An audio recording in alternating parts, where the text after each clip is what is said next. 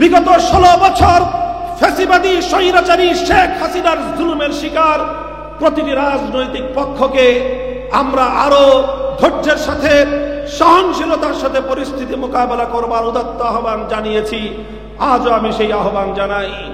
আমি বলতে চাই, নিজেদের মধ্যে পারস্পরিক প্রতিযোগিতাকে আপনারা পারস্পরিক হানাহানিতে যদি পরিণত করেন, এর মাধ্যমে যদি আবার বাংলাদেশে ফ্যাসিবাদ পুনর্বাসিত হওয়ার সুযোগ পায়, আবার যদি বাংলাদেশ বিরোধী স্বৈরাচারী বাকশালী শেখ হাসিনা এবং তার প্রেতাত্মারা বাংলাদেশের রাজনীতিতে ফিরে আসবার দুঃস্বপ্ন দেখে, এজন্য ইতিহাস আপনাদেরকে ক্ষমা করবে না।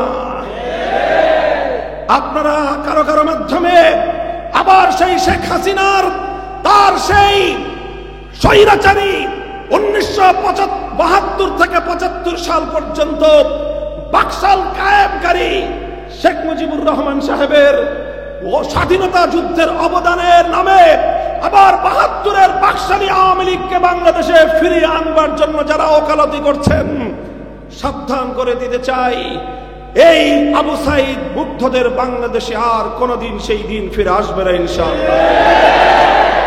এজন্য আমি প্রতিযোগী বাংলাদেশের সকল রাজনৈতিক পক্ষগুলোকে উদারতার প্রতি পথ চলার উদাত্ত আহ্বান জানাই। পারস্পরিক প্রতিযোগিতা থাকবে, কিন্তু সেই প্রতিযোগিতা যেন একের প্রতি অন্যের বিদ্বেষ ছড়ানোর হাতিয়ারে পরিণত না হয়। আজকে বাংলাদেশে আগামী নির্বাচনকে কেন্দ্র করে নির্বাচনের পিআর পদ্ধতি, সংখ্যানুপাতিক হারের যেই প্রস্তাবনাকে কেন্দ্র করে বাংলাদেশের রাজনীতিতে দুটি পক্ষ মারমুখী এবং আক্রমণমুখী হয়ে উঠেছে। বাংলাদেশ খেলাফত মজলিস দেশের ভবিষ্যতের স্বার্থে এটাকে উদ্বেগজনক কার্যকলাপ হিসেবে চিহ্নিত করছে।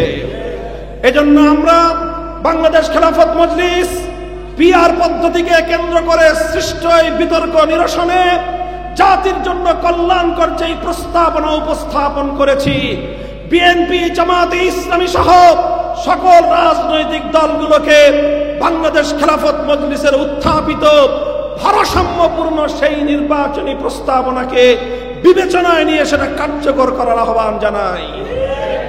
বাংলাদেশ খেলাফত মজলিস বলেছে, আজকে জাতীয় ঐক্যমত্য কমিশনে সকল রাজনৈতিক পক্ষগুলো একটি বিষয়ে ঐক্যমত পোষণ করেছে, সেটি হলো আগামীর বাংলাদেশে দ্বিকক্ষ বিশিষ্ট সংসদ গঠিত হবে।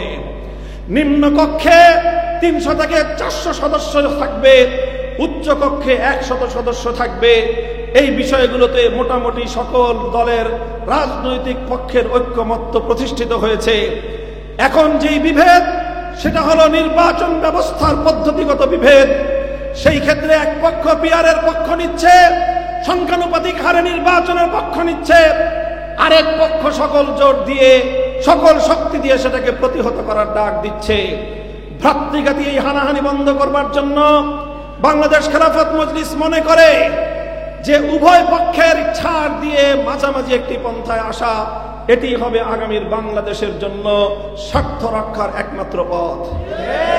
এজন্য আমরা বলেছি, এর মাঝামাঝি পথ হলো সংসদের উচ্চ কক্ষ সম্পূর্ণ সংখ্যানুপাতিক হারে সদস্য নির্বাচিত হোক, নিম্ন কক্ষে আংশিক ক্ষুদ্র অংশে সংখ্যানুপাতিক হারে পিআর পদ্ধতি কার্যকর করার প্রস্তাবনা জমা দিয়েছে বাংলাদেশ খেলাফত মজলিস।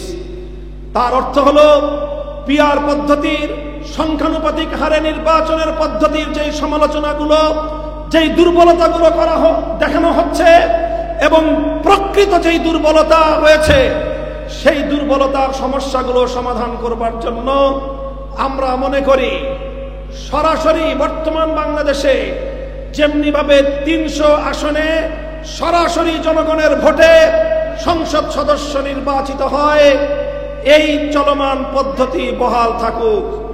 অর্থাৎ 300 আসনে সর্বোচ্চ ভোট প্রাপ্ত ব্যক্তি বিজয়ী হিসেবে সংসদ সদস্য নির্বাচিত হবে। এরপরে 300 সদস্য নির্বাচিত হওয়ার পর শুরু হবে সংখ্যানুপাতিক হারের হিসাব। অর্থাৎ অংশগ্রহণকারী প্রতিদ্বন্দ্বী দলগুলো ভোটের অনুপাত হিসাব করতে হবে। সংখ্যানুপাতিক হারে